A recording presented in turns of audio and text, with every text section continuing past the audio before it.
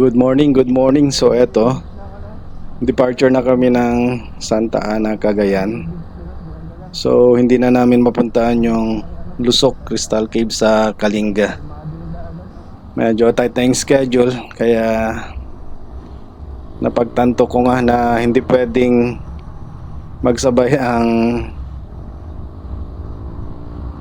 Mountainous part at saka yung North Loop. Kaya kung Mountainous part lang pupuntahan, kagaya ng Kilang Pass sa may Tabuk, sa Bontok, at hindi nga talaga kaya.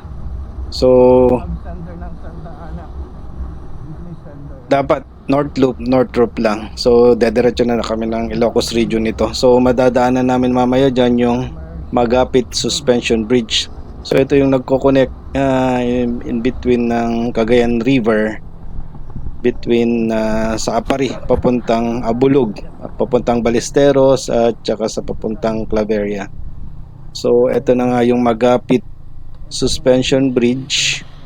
Color orange siya. Mayroong ano rito,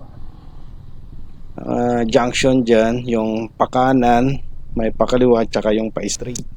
So yung pa-straight yun yung papuntang Ilocos region, yung pakanan papuntang Apari, yung pakaliwa papuntang Tuguegarao naman. So sir, daan na muna kami.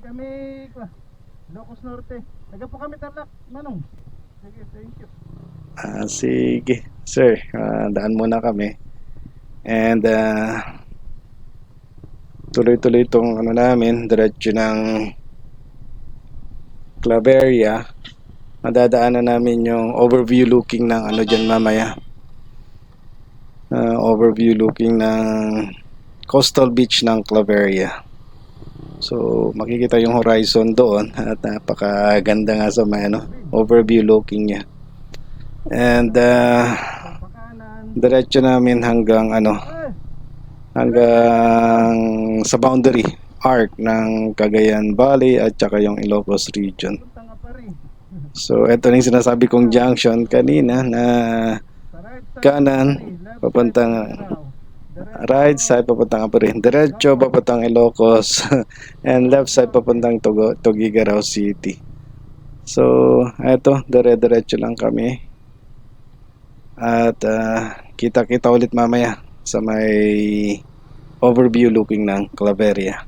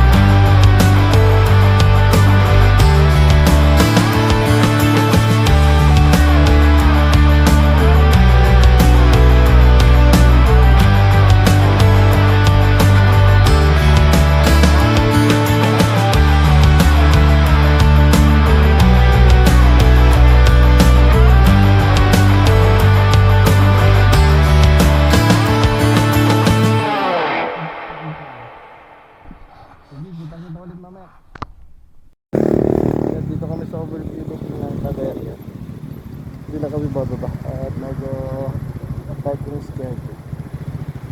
Kaya ano, dadaan lang kami ng Claveria. Hindi ko sila kamotor dahil dito bago kasi sa kasi ayun. So ito yung ano, ito yung bay ng Claveria. Hindi na kami bababa roon. May padating na susunod ko. So, andito yung mga kamotor. With brother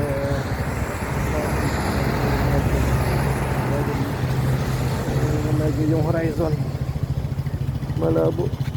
Ang visibility ay 6 to 8 knots. So nandun yung ano, bay ng Claveria. Diyan si Gary. Medyo tight ang schedule. Next time ulit Gary. Okay. Sige, alis na kami.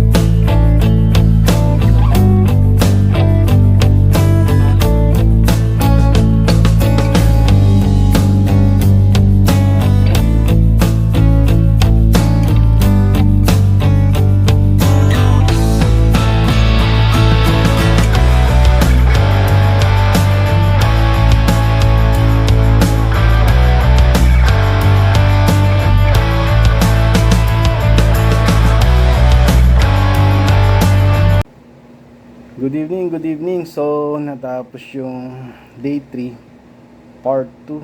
So, umalis kami ng Cagayan, Santa Ana, Cagayan kanina. So, napagtanto ko na kapag North Loop lang ang dadaanan. Hindi pwedeng mag side trip ng Inner Mountainous part.